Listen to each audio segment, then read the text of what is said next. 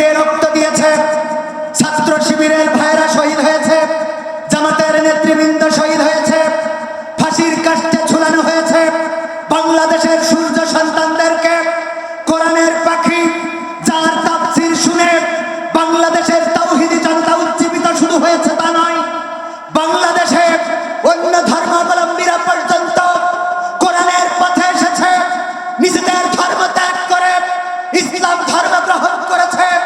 সেই মানুষটাকে injection push করে হত্যা করা হয়েছে। যারা কোরআন কায়েম বাংলার জমিনে হয়েছে দেখার জন্য রক্ত দিল, হাসতে হাসতে ফাঁসির মঞ্চে গেল, জীবন দিল, শহীদ হলো। এই জমিনে যাদের রক্তের দাগ লেগে আছে, যেই স্বপ্ন বুকে লালন করে তারা হাসি মুখে মৃত্যুকে বরণ করেছে, সেই স্বপ্ন কি অপূর্ণ থেকে যাবে?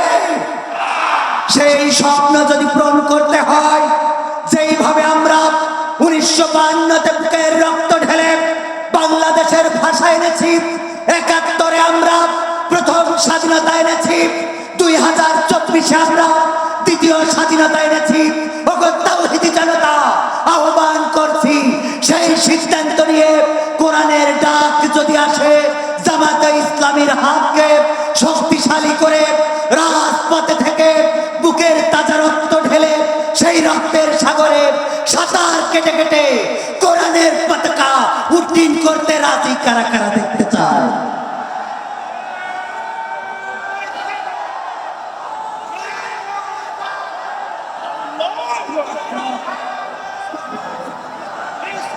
সম্মানিত তাওহীদি জনতা, এই বেনাপোলে, যশোরে, সাতক্ষীরায়, এক আসনে, উপজেলায়, জেলায়, এই আপনার ওয়ার্ডে, কাউন্সিলরে জামাত যেই প্রার্থীকে আপনার মনোনয়ন দেবে, সেই প্রার্থীর পক্ষ নিয়ে কাজ করতে হবে। রাজি আছেন? আমার সাইফুর রহমান ভাই আজকের এই আয়োজনের ব্যবস্থা করেছেন। সম্ভবত সংগঠন কিছুটা হলেও স্কার্ট দেখিয়েছেন। আগামীতে তাওহীদি জনতার হয়ে কাউন্সিলর পদে যদি লড়াই করে, দল মত নির্বিশেষে তাকে নির্বাচিত করতে রাজি আছেন? ইনশাআল্লাহ আল্লাহ সবাইকে সেই তৌফিক দান করুন। বলেন আমি। দেখা হবে, দেখা হবে, দেখা হবে রাজপথে, কথা হবে ভোটের মাঠে। আসসালামু আলাইকুম। আছেন কোরআনের রাজ কায়েমের মধ্য দিয়ে, যেমন আল্লামা কোরআনের পাখি দেওয়ার হুসাইন সাইদির ছেলে মাসুদ সাইদি বলেছে, আমরা আল্লামা সাইদির হত্যাকারীদের শাস্তি দিতে চাই এইভাবে, আমরা প্রতিশোধ নিতে চাই এইভাবে। সেটা হলো বাংলার জমিনে তার যে স্বপ্ন ছিল কোরআন কায়েম হবে, কোরআন কায়েমের মধ্য দিয়ে কোরআনের পাখির হত্যার প্রতিশোধ আমরা নেব। রাজি আছেন? রাজি আছেন?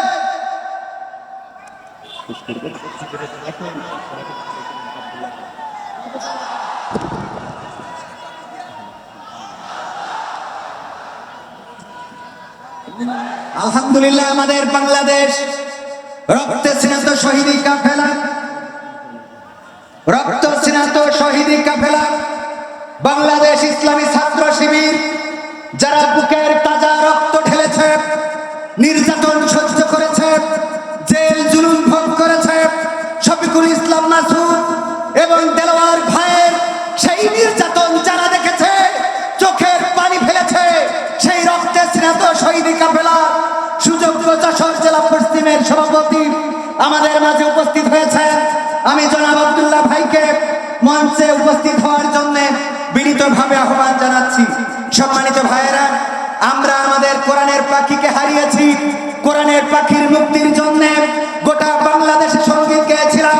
যেদিন তিনি এই পৃথিবী ছেড়ে চলে গিয়েছিলেন, কবরের কাছে দাঁড়িয়ে তার কলিজার টুকরা তিনজন সন্তানকে জড়িয়ে ধরে বলেছিলাম, আমার আর কোরআনের পাখিকে নিয়ে মুক্তি চাওয়ার কোনো প্রয়োজন নেই। পারে হবে নাকি ওপারেও হবে?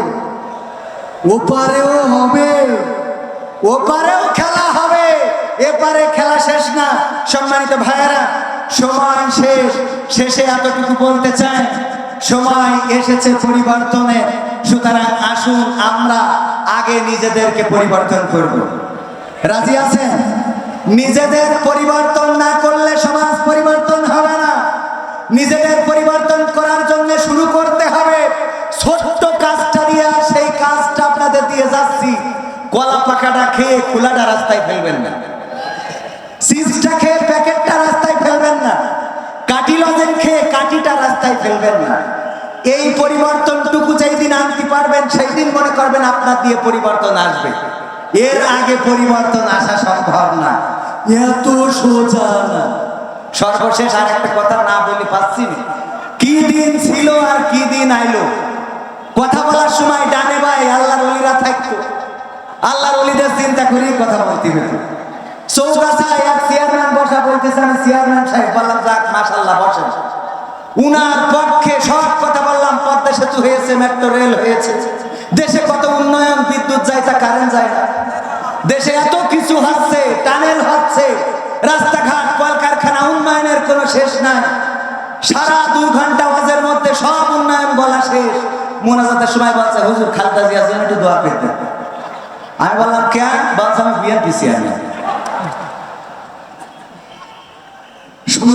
কি করা যায়? তার মানে বুঝে নেন কত কায়দা করে কথা বলতে হয়েছে। এরা বুঝেছেন? তাহলে আবারও দেখা হওয়ার প্রত্যাশা রেখে আজকের মতো আসসালামু আলাইকুম। নাকি আরেকটু বল।